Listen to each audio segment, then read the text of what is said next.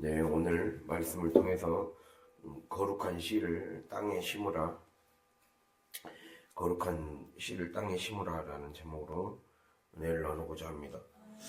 오늘 다루는 주제는 그 10장, 일단 오늘은 10장 27절까지 해당하는 주제입니다. 그 10장 전체를 통해서 두 가지 키워드를 가지고 말씀을 좀 보려고 합니다. 처음에 1절이 인봉한 자가 나오잖아요. 인봉한 자. 인봉한 자의 명단을 쭉 나옵니다. 27절까지. 그리고 28절 이후에 보면요. 특히 이제 28절 이후부터 29절에 그 저주로 맹세하길이라고 나옵니다. 맹세. 그래서 인봉이랑 맹세를 그 큰 주제어로 삼고 말씀을 나누고자 합니다. 그걸로 오늘의 제목은 오늘은 1절에서 27절에 해당하는 부분입니다. 거룩한 씨를 땅에 심으라.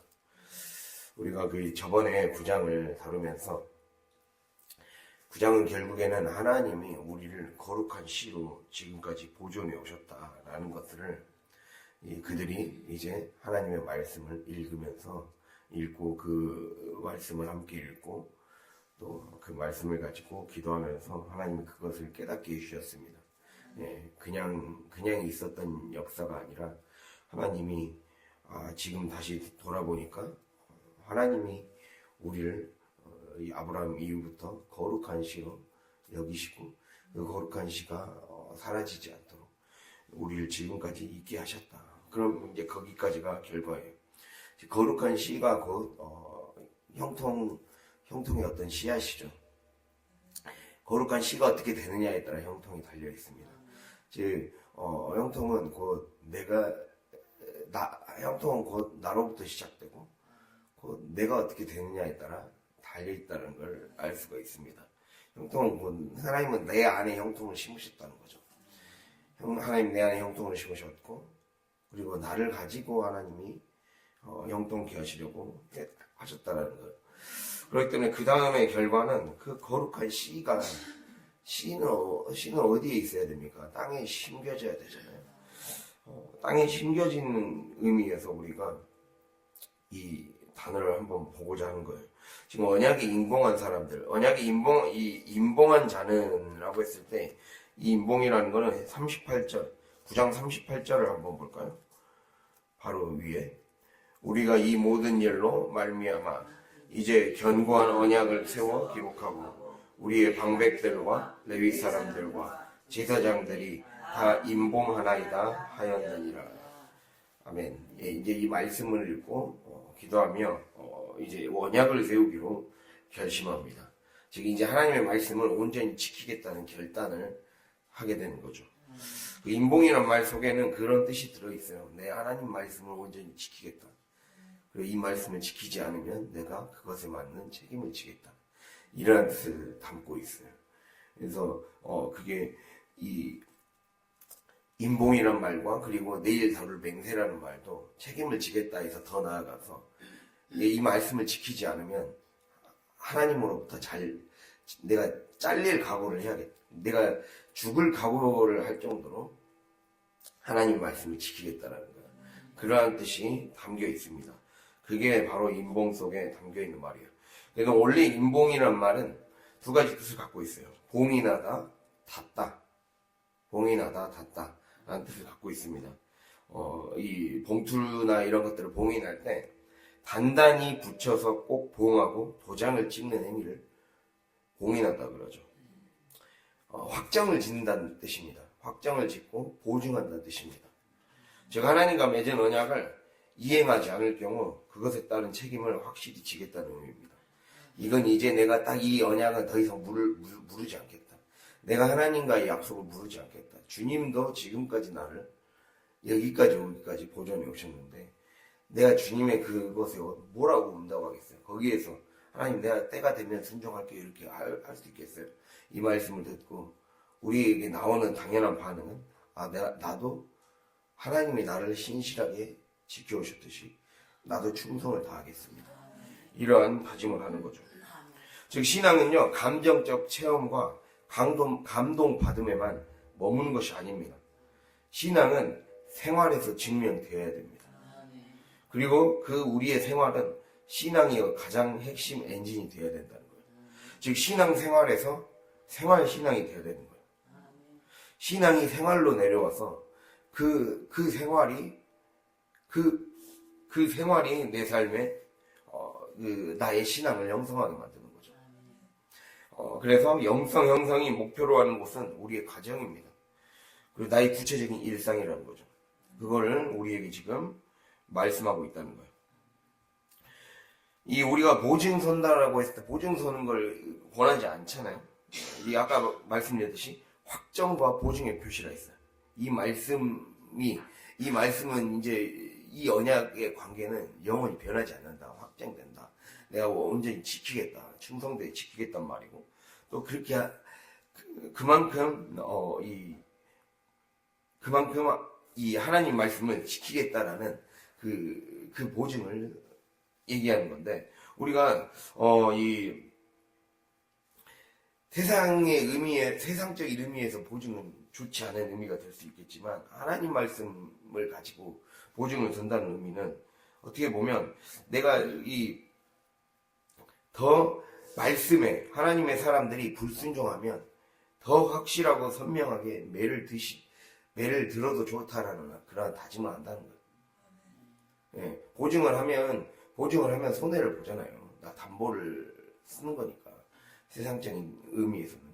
근데 그만큼 내가 이 관계를 가지고 딱 언약 서명이 있는 서류에 모두가 공동 사인을 하는 거거든요. 대표자들이.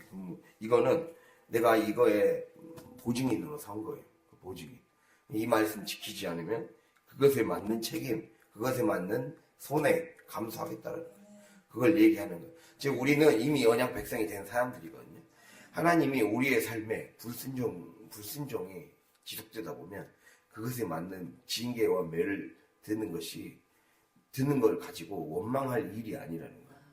왜냐하면 우리는 이미 언약 백성 안에 들어가 있는 자들이기 때문에 하나님이 언약 백성에게 드시는 배라는 거예요.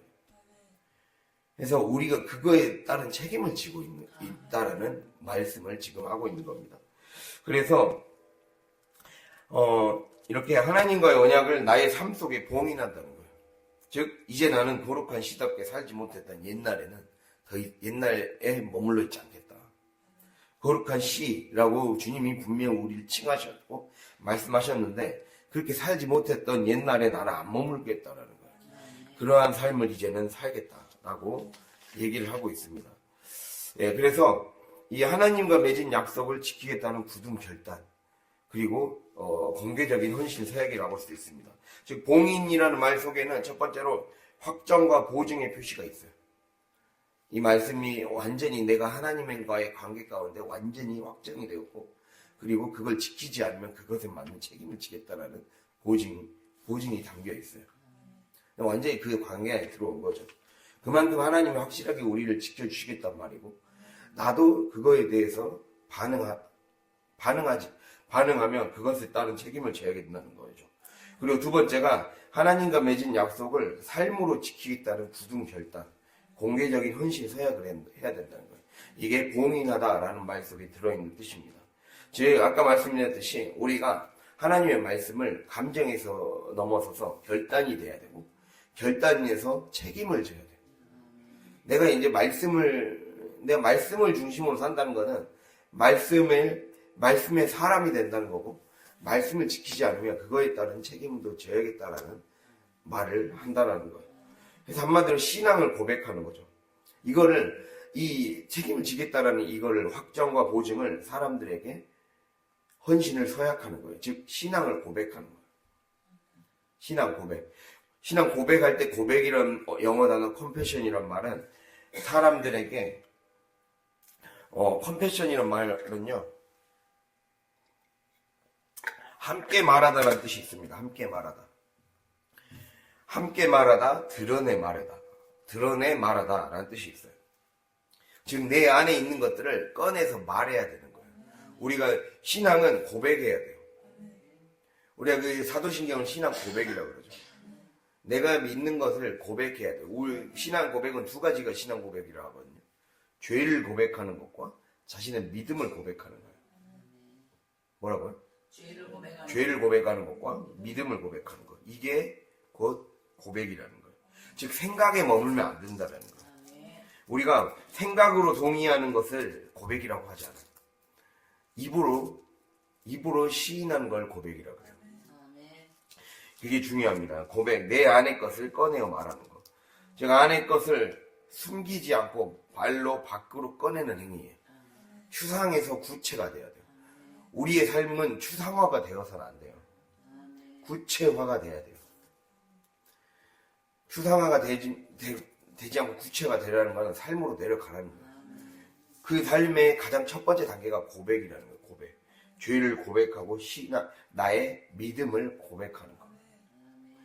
즉 죄를 고백하다는 것은 내 안에 숨기던 걸 드러내 말하는 거예요.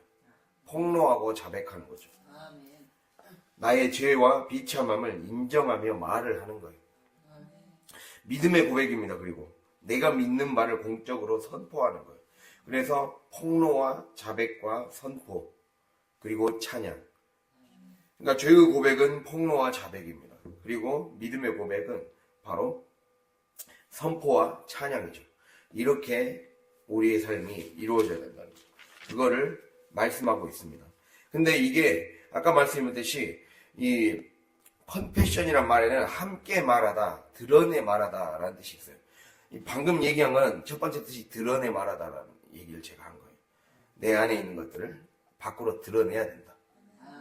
내가 입술로 나눔을 하지 않으면, 입술로 전파하지 않으면 그 믿음은 헛것이 된다는 거예요. 추상화로 남게 된다는 거예요. 심지어 내가 무엇을 믿는지를 알 수가 없는 거예요. 내가 무엇을 믿는지를 고백을 해야 돼요. 내가 무엇은 믿지 않고 무엇을 잘못했고 무엇이 내 삶을 묶고 있는지를 명확히 언어로 표현해 줘야 돼요. 그게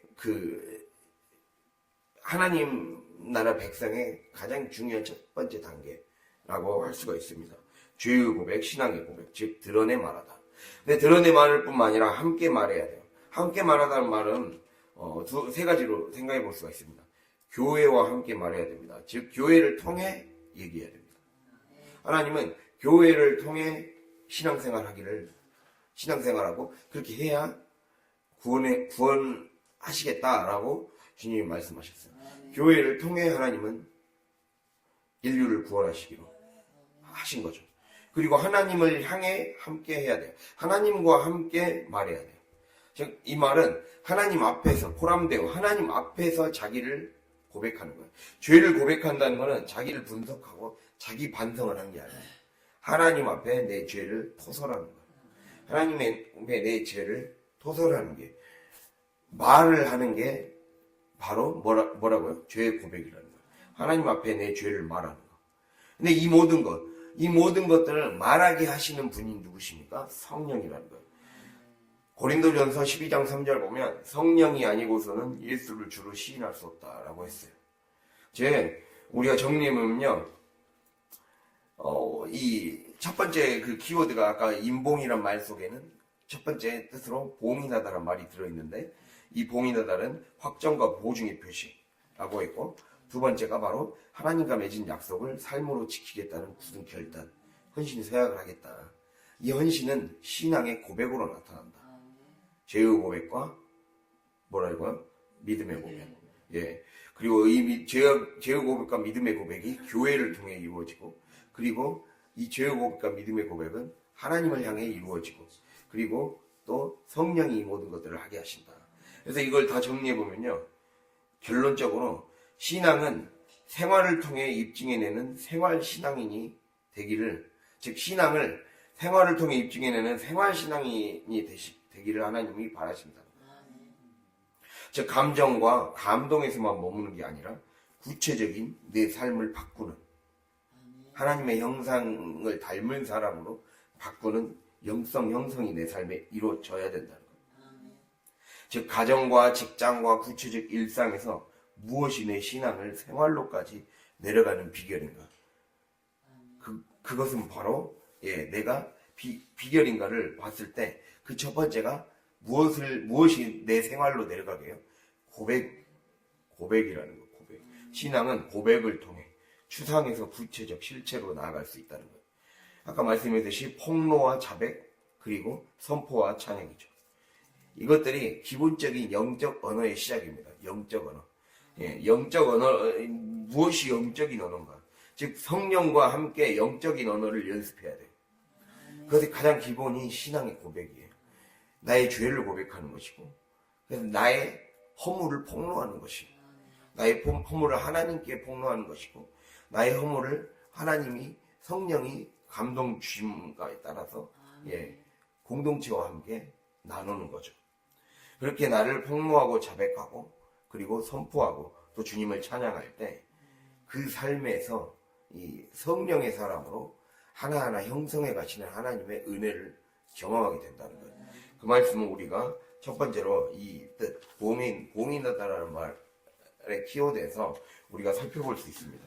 그래서 우리가 그러한 삶이 될 수 있기를 바랍니다. 우리의 신앙이 생활로 내려가고 이 생활이 신앙이 되는 거예요. 형성이 되는 거예요. 그걸 위해서 고백하는 인생. 죄를 고백하고 폭로하고 자백하며 선포하고 찬양하는 저 여러분이 될 수 있기를 바랍니다. 그리고 두 번째가 이 임봉, 1절에 나온 그 임봉 했을 때 임봉의 뜻, 첫 번째가 아까 봉인하다라고 했고 두 번째는 닫다예요. 닫다. 봉인했으면 풀을 붙여서 닫아야 되잖아요. 닫다라는 뜻입니다. 근데 이제 제가 이 말씀 닫다를 좀 묵상을 하면서 주님이 우리를 거룩한 씨로 부르셨다 했어요. 보존했다 했어요. 그러면 거룩한 씨의 입장에서 닫는 건 뭡니까? 씨를 뿌려서 흙으로 닫아줘야 되잖아요. 흙으로 덮어줘야 돼요. 흙으로 덮어줘야 식물이 자라날 수가 있죠. 생물이. 즉 거룩한 씨가 발화를 하고 생장을 하고 열매를 맺으려면, 결실을 맺으려면 결국 땅에다 심고 흙으로 덮어줘야 돼요. 닫아줘야 돼요. 마찬가지로 우리도 말씀의 구조, 말씀이 작동하는 그 구조와 공간과 시간 안에 들어와야 돼요. 하나님이 원하는 시간, 하나님이 원하는 공간, 하나님이 원하는 질서 안에 들어가야 한다는 거예요. 하나님이 원하는 방식으로 순종을 해야 된다는 거죠. 쉽게 말하면. 즉 이 말은 세상에는 문을 닫으라는 거예요. 세상 공기 그만 쐬고 닫으라는 거죠. 그거를 주님이 우리에게 지금 얘기를 하고 있어요. 우리가 이 공기 중에 씨앗을 오래 노출하면 안 좋아요. 공기 중에 씨앗을 오래 노출하면 이 씨앗이 수명이 단축되고 발화 능력이 저하됩니다. 왜 그렇습니까? 씨앗은 공기 중에 수분과 산소를 다 흡수해가 버려요. 그래서 그냥 공기를 바로 쐬줘 버리면 그 자리에서 발화해 버리는 습성이 있어갖고 우리가 어렸을 때 콩나물 같은 거를 키워보지 않았습니까? 그러면 금방 쑥쑥 자라버리잖아요. 공기 좀만 쐬도. 그런 습성이 있으니까 그런 습성이 있기 때문에 가장 중요한 게 뭐예요? 좋은 땅에 심어줘야 되잖아요. 좋은 땅에 심어줘야 좋은 것을 발아서 자라고 먹어서 자랄 수 있잖아요. 근데 길가에 씨를 뿌려버리면 그만큼 자라나기가 힘들죠.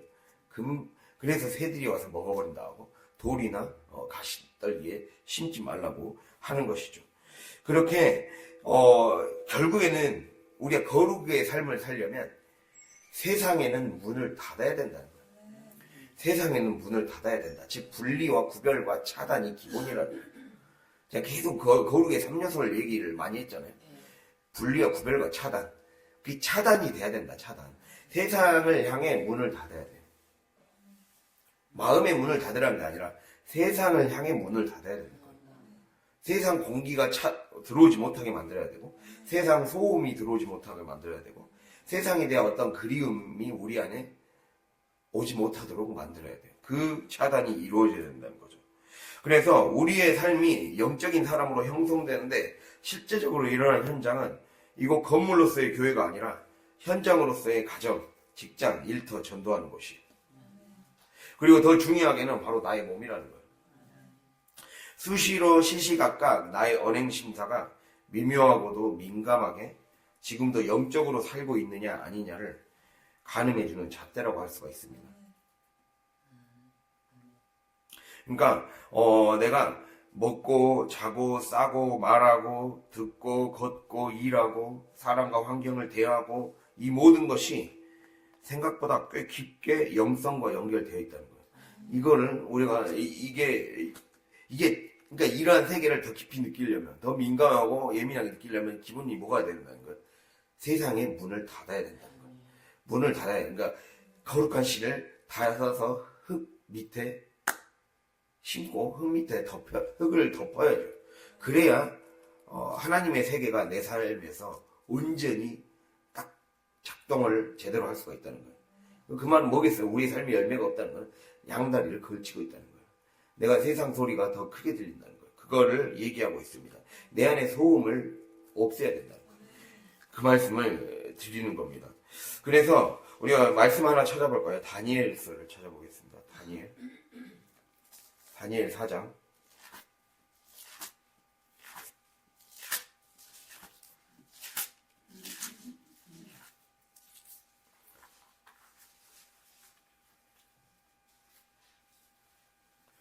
(1238페이지) 다니엘 4장 4장 9절에서 12절입니다. 4장 9절에서 12절.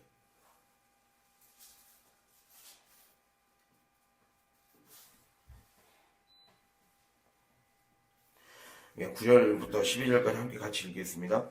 박수장 벨드사사라, 내 안에는 거룩한 신들의 영이 있은즉 어떤 은밀한 것이라도 내게는 어려울 것이 없는 줄을 내가 아노니 내 꿈에 본 환상의 해석을 내게 말하라. 내가 침상에서 나의 머릿속으로 받은 환상이 이러하니라. 내가 본즉 땅의 중앙에 한 나무가 있는 것을 보았는데 높이가 높더니 그 나무가 자라서 견고하여지고 그 높이는 하늘에 닿았으니 그 모양이 땅 끝에서도 보이겠고 그 잎사귀는 아름답고 그 열매는 많아서 만민에 먹을 것이 될 만하고 들짐승이 그 그늘에 있으며 공중에 나는 새는 그 가지에 깃들이고 육체를 가진 모든 것이 거기에서 먹을 것을 얻더라. 아멘. 자, 이 말씀을 어떻게 이해하면 되냐면요. 먼저 이 말씀을 이해할 수 있는 첫 번째 키워드 힌트가 10절에 있습니다. 10절에 보면 내가 본즉 땅의 중앙에 한 나무가 있는 것을 보았다라고 나와 있어요. 땅의 중앙에 한 나무가 있다. 이 말을 하고 딱 눈치가 빠른 분들 혹시 눈치를 챘을려나 모르겠는데 창세기 2장 9절과 연결되어 있어요. 창세기 2장 9절. 하나님이 에덴 동산을 만드실 때 동산 가운데에 생명나무와 선악과를 심으셨다 했어요. 생명나무와 선악과. 지금 이거 영적인 내용이거든요. 그러니까 지금 느부갓네살 왕은 한마디로 하나님은 우리의 삶에 내가 어떠한 존재에게 더 반응하느냐, 어떠한 영적 존재에 더 반응하느냐, 내가 어느 세계에 더 반응하느냐에 따라 내 안에 선악과가 심어질 수도 있고 내 안에 생명나무가 심어질 수도 있다는 걸 얘기하고 있는 거예요. 근데 느부갓네살은 교만하게 하나님의 뜻을 대적함으로 인해 그 하늘까지 닿을 수 있었던 왕이 하늘까지 닿았다는 건 하나님과 소통할 수 있는 그 가능성을 느부갓네살 왕에게 주셨다는 거예요. 왕이니까 특별히 기름 부으셔서 주신 거죠.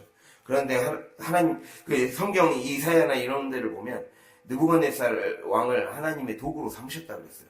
하나님이 그 이스라엘을 징계하고 다루는 연단의 도구로 사용했다고 그랬어요.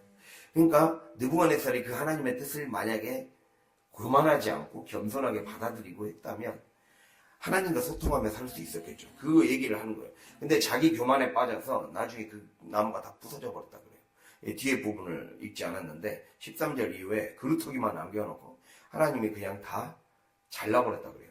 그걸 얘기를 하거든요. 우리의 삶에 내가 뭐겠습니까? 내가 유기정화가 돼야 돼요. 유기정화가 되고 정리정돈이 되고 정리정돈이 되면 이 혼이 맑고 투명해지겠죠. 우리의 삶이 저번 주에 제가 영혼 육에 대해서 이 집 그림 하면서 얘기를 해줬잖아요. 육이 정화가 되고 정리정돈이 되면 우리의 정리정돈이 되고 혼이 맑고 투명해지기 시작하면 성령이 우리의 삶에 이 영에서부터 혼에서부터 육으로 통하는 이 생명남과 하나님과 통할 수 있는 자가 될 수 있도록 해주겠다라는 거예요. 그거를 주님이 우리에게 지금 얘기해주고 있어요. 그 무슨 말씀인지 알겠죠? 그래서 내가 하나님의 은혜로 사랑으로 보존된 거룩한 씨로 땅에 심겨졌어요. 하나님이 거룩한 씨로 보존해 오셨다고 그랬잖아요. 9장까지의 내용이. 이게 형통의 비결이 여기에 있는 거예요. 내가 생명나무로 나를 만들어낼 것인가, 아니면 선악과로 다시 지금까지 주님이 여기까지 보존해 오셔서 이제 거의 형통의 마지막까지 왔는데 여기에서 다시 어리석게 또 선악과를 만들어버릴 것인가. 이 관문에 서 있다는 거예요. 그것은 내가 내 영관리를 잘해야 된다. 근데 영관리 잘하는 것보다 육관리 잘하는 것부터 시작한다. 영관리를 잘하는 거는 육관리를 잘하는 거예요. 육과 혼의 관리를 잘하는 것이 진짜 영관리라는 거예요. 그거를 얘기를 하고 있습니다. 지금 내가 하나님의 은혜로 사랑으로 보존된 거룩한 씨로 심겨졌기 때문에 이 나를 나무에 비유했을 때 내가 생명나무로 성장해서 하늘까지 닿아서 지금 하늘의 하나님, 성령 하나님과 깊은 교제를 누리느냐, 아니면 선악과로 커서 사람들을 단절하게 만들고 나도 주님과 단절하고 죽게 만드는 존재가 되느냐. 이게 내 선택에 달려있다는 거예요. 내 삶에 달려있다는 거예요. 내가 삶을 어떻게 살아가느냐. 아까 말씀드렸듯이 우리의 삶이 첫 번째로 고백이 되지 않으면 신앙이 계속 내 삶에 있는 죄들을 날마다 범하는 이 자범죄들을 고백해 줄 수 있어야 됩니다. 고백해 줘야 되고, 그리고 내가 믿음으로 살기 위해 믿음을 선포하고 해줘야 된다. 이걸 해줘야 된다는 거예요. 그리고 더 나아가서 우리가 닫아야 된다는 거예요. 세상에 대해서 문을 닫아야 되고, 닫고 하나님께 내 소통 창구가 하나님께 열리는 자가 되어야 된다는 거예요. 나의 소통 창구, 주파수가 바뀌어야 되는 거예요. 영적인 주파수가 바뀌어야 돼요. 그래야 성장할 수가 있다는 겁니다. 그래서 우리가 이걸 말씀을 뜯어서 보면요, 하늘에까지 뻗은 이 중앙 나오죠. 중앙에 한 나무가 있다. 중앙에 이 나무의 몸통이 있을 거 아니에요. 이 나무의 몸통은 이 영혼력이 온전히 통합되고 열릴 때 하늘까지 통하게 된다는 거예요. 그걸 상징하는 겁니다. 그리고 나무가 심겨진 땅은 뭡니까? 우리의 삶의 역사, 일상, 시간, 공간, 내 몸, 삶, 이런 것들을 의미해요. 그리고 뿌리는 뭡니까? 뿌리는 하나님의 말씀이에요. 하나님의 말씀, 그리고 예수 그리스도의 복음, 십자가 복음, 예수 그리스도, 하나님의 말씀, 이 뿌리를 바탕으로 해서 이 뿌리를 바탕으로 내가 삶에서 내 육신과 내 혼을 잘 바꾸고 다스려야죠. 그렇게 해서 정화와 조명이 될 수 있도록 나를 만들어 가야 돼요. 그렇게 될 때 주님이 우리의 삶에 역사하신다는 거예요. 역사하셔서 구체적인 삶의 열매를 맺을 수 있도록, 가지와 열매가 무성하게 자랄 수 있도록 한다는 거예요. 그랬을 때 들짐승이나 새들이 와서 깃들고 거니는, 쉬었다가는 자가 되는 거예요. 즉 내가 나로 인해 사람들이 쉼을 얻고 평안을 얻고 기쁨을 얻는 거. 즉 아브라함에게 했던 약속의 핵심, 가장 마지막의 약속의 핵심, 축복의 통로가 되는 거. 그것이 내가 생명나무로 성장하는 거. 그게 형통의 완성이라는 거. 그래서 내 몸의 습관을 바꾸는 거에서부터 시작해. 육에서 지금 내 안에 육의 무절제, 정욕, 이거의 노예로 늘 살아왔던 우리의 모습.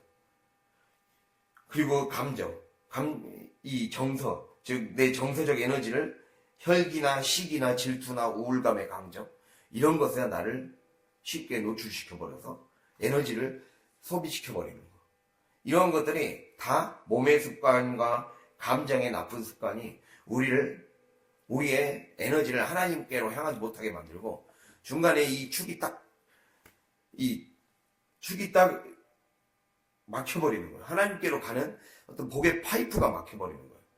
하나님이 우리의 삶에 이 주시고자 하는 축복의 엄청난 물줄기가 우리 집을 통해서, 배수관을 통해서, 이 수로를 통해서 흐르려고 준비를 해놓으셨는데, 딱 내가 이게 돼 있지 않으면 내가 스스로 막는 꼴이에요. 내가 스스로 하수구를 막고 있는 꼴이 되는 거예요. 그래서 그거를 기억해야 됩니다. 그래서 몸의 습관과 감정의 혈기와 시기, 질투, 우울감 이거를 방치하는 것, 그리고 내 생각을 왜곡되게 하고 이러한 것들, 생각을 하나님 앞에 복종시키지 않는 것들, 이거에 대해서 신경 쓰지 않으면 이게 막혀 있으면 땅이 기경이 안 된 거예요. 이게 곧 땅을 기경시키는 거예요. 그거를 주님이 우리에게 지금 말씀해 주고 있습니다. 그래서 성령이 우리의 영 안에서 일하셔야 돼요. 성령이 우리의 영 안에서 일하셔야 거룩한 씨가 생명나무로까지 자랄 수 있어요. 그래서 우리를 깨우십니다. 우리를 하나님은 늘 깨우고 계세요. 우리의 혼과 육이 잠들지 않게, 잠자지 않고 잘 느낄 수 있게, 둔감해지지 않게. 그리고 우리 혼을 깨우시죠. 우리 혼을 조명하시죠. 우리의 생각과 욕구와 감정이 투명하게 보일 수 있게, 내가 어떠한 삶을 살고 있는지를 명확히 보여져야 돼요. 느껴져야 돼요. 이렇게 살면 안 되겠구나가 느껴져야 돼요. 그것을 주님이 우리에게 얘기하고 있어요. 그래서 오직 은혜의 말씀에만 순종할 수 있는 자로 만들어가는 거죠. 육을 절제하고 정결한 삶. 그래서 이게 될 때 하늘까지 통로가 이어지는 거예요. 하나님과 하늘까지 통로가 이어져야 그 계속 양분이 공급되고 하늘의 양분을 공급받으라는 거예요. 하늘에 심겨진 자가 되라고 주님이 우리에게 지금 말씀하고 있는 겁니다. 그래서 내가 이렇게 하늘과의 소통을 더 깊게 열어가려면, 바꿔 말하면 땅에 심고 흙 속에 깊이 닫아서 덮어줘야 하늘과의 소통을 더 깊게 할 수 있어요. 내가 하나님과 더 가까워지고 싶다면 여러분의 땅 안으로 들어가야 돼요. 여러분의 일상 안으로 들어가라는 소리예요. 여러분의 삶에 더 깊이 세밀하게 관심을 가지라는 거예요. 여러분, 하나님의 세미한 음성을 들으려면 세밀하게 접근해야 돼요. 내 삶에 세밀하게 접근해야 돼요. 세미한 음성을 듣고 싶다면 세밀하게 접근해라. 이게 오늘 드리고 싶은 메시지입니다. 그게 중요한 거예요. 즉 거룩한 씨를 하나님이 들고 우리의 삶의 밭에 뿌리고 싶어요. 근데 기경이 제대로 안 된 자는 선악과를 생산해낼 것이다. 이걸 꼭 기억할 수 있길 바랍니다. 그래서 또 우리가 한번 들어볼 수 있는 게, 흙으로 닫고 덮는다는 것은 결국에는 이 말씀드렸듯이 내가 흙 안의 세계로 들어가는 거예요. 씨앗이 땅 안으로 들어가는 거죠. 지금 그 말씀을 하는 거거든요. 우리가 지금 이렇게 생각해 볼 수가 있어요. 만약에 씨앗에 귀가 달려있고 코가 달려있다고 가정해 봅시다. 씨앗에. 그럼 내가 딱 심겨진다고 해봐요. 그러면은 내가 지금까지는 안 들렸던 땅의 소리가 들리는 거예요. 그러니까 이 말은 내 육의 소리를 들을 줄 알아야 돼요. 내 육의 소리를 들을 줄 알아야 영이 뭘 원하는지를 깨달아요. 육이 진짜로 원하는 걸 깨달아야 돼요. 육이 진짜로 원하는 걸. 그리고 생물들이 자라나는 소리가 들리겠죠. 온갖 유기물과 벌레들이 움직이는 소리가 들리겠죠. 그러니까 안 보이던 것들이 보이기 시작한다는 거예요. 제 말은. 안 보이던 유기물, 눈에 안 보이는 우리가 눈에 현미경을 들여놓고 봐야 몸 안에 기생충이 보이고, 그런 것이 보이거든요. 말 그대로 내가 세상에 대해서 문을 닫고 영의 세계 안으로 들어가야 오히려 더 나를 살리기 위해 필요한 습관들이 뭐가 있는지를 깨닫게 되는 거예요. 그래서 그거에 대해서 제대로 보이게 되고 느끼게 되고 행동할 수 있게 된다는 거죠. 그렇게 되면 영적인 문단속이 되기 시작하겠죠. 더 이상은 내 삶에 불청각이 침투되지 못하도록, 내 습관을 통해 스며시 들어오는 내 육의 습관을, 그리고 생각의 습관, 감정의 습관을 통해 스며시 들어와서 도둑질해가는 것들을 더 이상 허용하지 않게 되겠죠. 그 말씀을 오늘 드리는 겁니다. 깊숙이 심어져서 닫아야 됩니다. 그래야 세상과 양다리 걸치지 않고 온전히 하나님께 헌신하는 자가 되는 겁니다. 그리고 우리가 마지막으로 또 적용할 수 있는 게, 말씀 하나 찾아보고 마지막 적용해보고 마치도록 하겠습니다. 이 열왕기상 볼까요? 열왕기상 19장.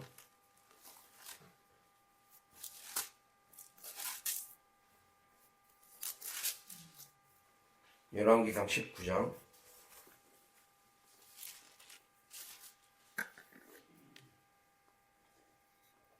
열왕기상 19장 10절에서 12절입니다.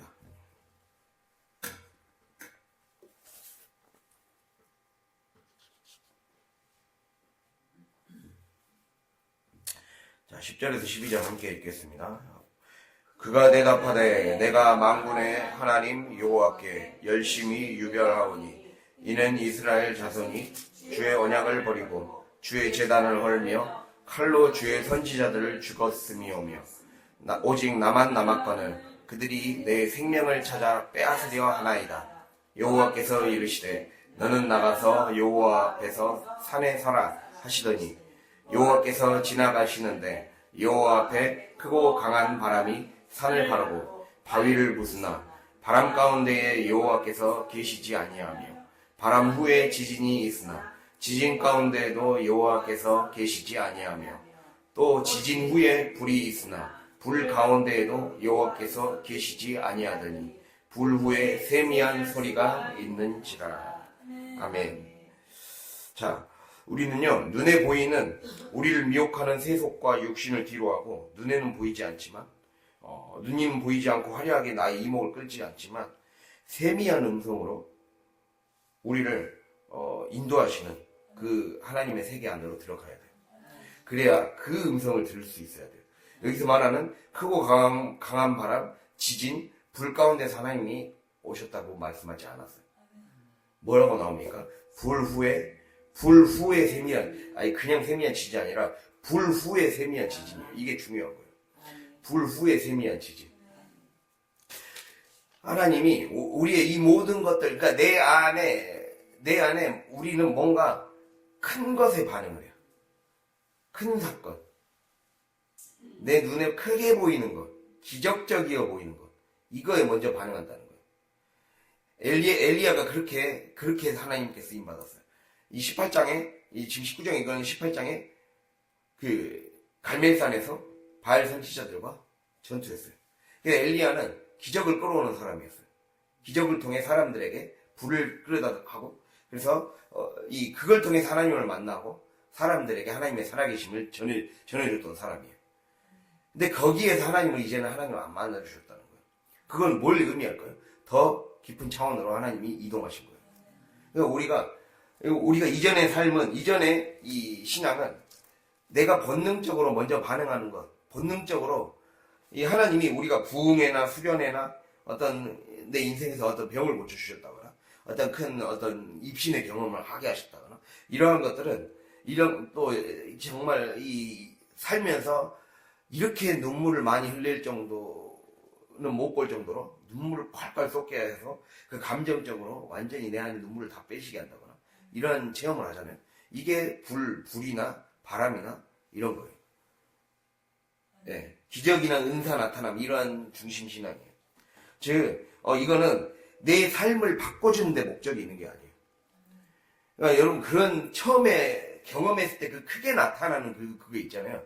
그건 나를 바꾸려고 하나님이 임하신 게 아니라는 거예요. 나를 바꾸기 위한 목적이 아니라 너의 삶을 이 방향으로 틀라고 하는 거예요. 지금까지 너 세상 사람이었잖아. 이제 이쪽 바라보면서 걸어오라는 신호예요.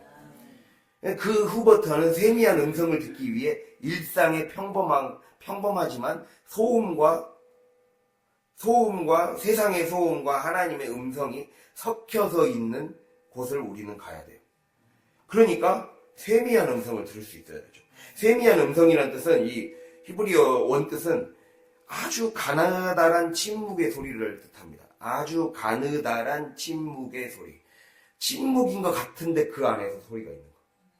뭔가 아무것도 들리지 않는 것 같은데 들리는 거. 그것은 바로 우리의 일상에 있는 거예요. 내 아픔에 있는 거예요. 내가 외면했던 아픔에 있고 내가 중요시하지 않았던 나의 과거에 있는 거예요. 거기에 그 침묵하고 싶고 외면하고 싶은 거기에 아주 가느다랗게 하나님이 말씀하시는 침묵의 소리가 있다는 거예요. 그러니까 결국에는 인생의 변화는요, 내가 그 침묵의 소리를 들을 줄 아는 사람, 그 사람이 바뀌는 거예요. 그게 주파수를 이동하라는 거예요. 그러니까 주파수를 이동하라는 하나님의, 그러니까 처음에 우리를 체험적인 신앙으로 먼저 우리를 처음에 안내해 주시는 이유는 그쪽으로 방향을 틀라는 소리예요. 이제 완전히 틀어서 이제 이 바라보는 방향을 부터 바꿔야 걸어가죠. 누가 계속 앞만 보면서 뒤로 걸어갑니까? 아예 바꿔서 그쪽을 향해서 이제 걸어가라는 거예요. 삶을 걸어가라고 하나님이 그걸 주신 거예요. 그것 자체가 바뀐 게 아니에요. 어떤 체험이 나를 바꾸는 게 아니라 실제로 순종이 나를 바꾸는 거예요. 일상의 순종, 일상의 씨름을 하는 게 나를 바꾸는 거예요. 거룩을 위한 씨름, 땅을 좋은 땅으로 만들기 위한 노력, 기경시켜서 정말 생명나무로 만들 수 있는 아주 기름진 땅으로 만드는 그 노력, 그거 해야 그게 세미한 음성을 듣는 조건이라는 거예요. 그것을 말씀하고 있어요. 그래서 이 아주 가느다란 침묵의 소리란 거는 침묵과 소리의 경계선에 걸려있는 것 같은 이 소리예요. 그러니까 내 힘으로 뭔가를 밀어붙인다고 되는 것이 아니라 성령이 우리의 삶에 세밀하게 이거를 들어줄 수 있게 인도해 주셔야 돼요. 그래서 세밀해져야 된다는 소리예요. 세밀해져야 세미한 음성을 들을 수 있어요. 삶에 세밀해져야 돼요. 내 육에 세밀해져야 되고 내 생각과 감정이 세밀해져야 돼요. 그리고 나에게 던져준 사건과 상황에 세밀해져야 돼요. 환경에 세밀해져야 돼요. 그래야 들려요. 그거에 집중을 하지 않으면 들리지 못해요. 계속해서 원망과 불평만 쏟아내게 됩니다. 의미를 발견하지 못했으니까 쏟아낸 거예요. 여러분, 광야에서 원망했던 이스라엘 백성은 이곳에 도대체 왜 보내셨는지 세미한 음성을 들을 줄 몰랐으니까 원망을 쏟아낸 거예요. 왜 그런 자가 이제 되지 않아야죠. 그러한 삶에서 이제 벗어나야 된다는 겁니다. 그래서 바람이나 지진이나 불은 내 본능이 먼저 반응하는 그런 소리예요. 그러나 본능이 아니라 감각적 이 세미한 소리, 즉 내 감각과 본능으로 반응하는 소리가 아니라 그것이 가라앉혀져야 그것이 가라앉혀져야 그 이후에야 들어오게 되는 주파수의 언어, 다른 주파수로 이동했을 때만 들리는 언어예요. 그것을 들을 수 있는 저 여러분이 되시길 바랍니다. 그래서 일상, 묵상, 순종 이걸 통해서 되는 거예요. 일상에 깊이 들어가고 묵상에 깊이 들어가고 순종에 깊이 들어가야 돼요. 그래야 들을 수 있다는 거예요. 그래서 하나님은요, 이것에 더 많은 정성을 쏟으세요. 하나님은 표적을 중시하는 게 아니라 순종을 중시해요. 순종. 하나님은 삶을 바꾸는 것이 이거에 달려있다는 것을 분명하게 계속 얘기했어요. 말씀대로 순종하면 복 준다고 얘기했어요. 삶을 바꾸겠다고. 너 자신, 말씀을 순종하는 과정을 통해 내가 바뀌고, 말씀을 순종함을 통해 내 주변 땅이 바뀌고 환경이 바뀌는 거죠. 그거를 주님이 하게 하신다는 거예요. 그래서 이게 진짜 실제 우리를 바꾸는 겁니다. 우리가 착각하지 않기를 간절히 바랍니다. 그래서 아까 말씀드린 것처럼 세미한 음성을 들으려면 세밀해져야 된다. 즉, 삶 구석구석에 세밀하고 자세할수록 세미한 음성을 더 잘 들을 수 있게 된다. 남들은 대수롭지 않게 생각하는 말, 사건, 환경, 일상의 평범한 시간 속에서 나를 변화시킬 비범의 시가 있는 거예요. 예. 신방구 성도님이 이 말씀 하시더라고요. 신방구 성도님이 모시고 오는 길에, 예. 어떻게 지내셨어요? 일주일간, 평범함 속에 비범함을 발견하는 일주일이었습니다. 그랬어요. 제가 그 말에 너무 은혜를 받아갖고, 나의 별거 아닌 누군가는 이 연구를 자기가 이 기후 이걸 위해서 하는 작은 것을 누군가 처음에는 알아주는 사람이 없다고 생각해서 그랬는데 점점 이거 한 걸음이 누군가는 볼 것이다. 누군가는 영향을 미칠 것이다. 이걸 생각하면서 하다 보니까 비범이 발견됐다고 그 얘기를 하는 거예요. 나를 변화시킬 비범의 씨앗은요, 평범한 시간 속에 있어요. 입 다물고 있는 시간 속에 있어요. 고통스러웠다고 생각하는 시간 속에 이미 있다라는 거예요. 그거를 얘기하는 거예요. 그거를 발견하고 그 비범의 씨를 발견하고 최선을 다해 씨를 심고 가꾸고 키우는 사람이 돼야 됩니다. 그래서 이제는 이 영적인 말씀을 들을 수 있는, 즉 영적인 말씀이 들리려면 한마디로 설교에, 성경에, 일상에, 목사님 권면의 말씀에 그냥 예가 아니라 목사님의 표정과 눈짓과 손발과 어조, 내용 어느 것 하나라도 놓치지 않아야 말씀이 다 들리죠. 그걸 얘기를 하는 겁니다. 삶의 표정을 읽을 줄 알아야죠. 하나님이 환경을 통해서 말씀하셨으면 환경에 하나님이 계신다는 건데 환경 안에서 말씀하시는 진짜 표정을 읽어내야죠. 목사님이 어떤 말씀을 하실 때 목사님의 표정을 보고 반응을 해야죠. 얼굴을 봐야 진짜 뭘 말씀하시는지 알죠. 그냥 소리를 내용을 들으라는 소리가 아니잖아요. 그래서 더 나아가서 어조와 눈짓과 표정과 손발을 봐서 지금 너가 이러한 단계에 있는데 이러면 안 된다라는 그 속의 의도까지 읽어낼 수 있어야죠. 그렇게 놓치지 않으려는 세미한 음성까지 듣게 됩니다. 오늘 이 말씀들을 새겨서 정말 거룩한 씨를 땅에 제대로 심는 저 여러분이 될 수 있기를 바랍니다. 고백과 그리고 닫아서 심기 위해 내가 생명나무가 내 안에서 자라나기 위해 결국에는 하나님의 땅으로 하나님이 원하시는 시간으로 하나님이 원하시는 순종으로 이동을 해야 됩니다. 그걸 꼭 기억하면서 오늘 말씀을 잘 적용해서 승리할 수 있는 저 여러분이 될 수 있기를 간절히 바랍니다.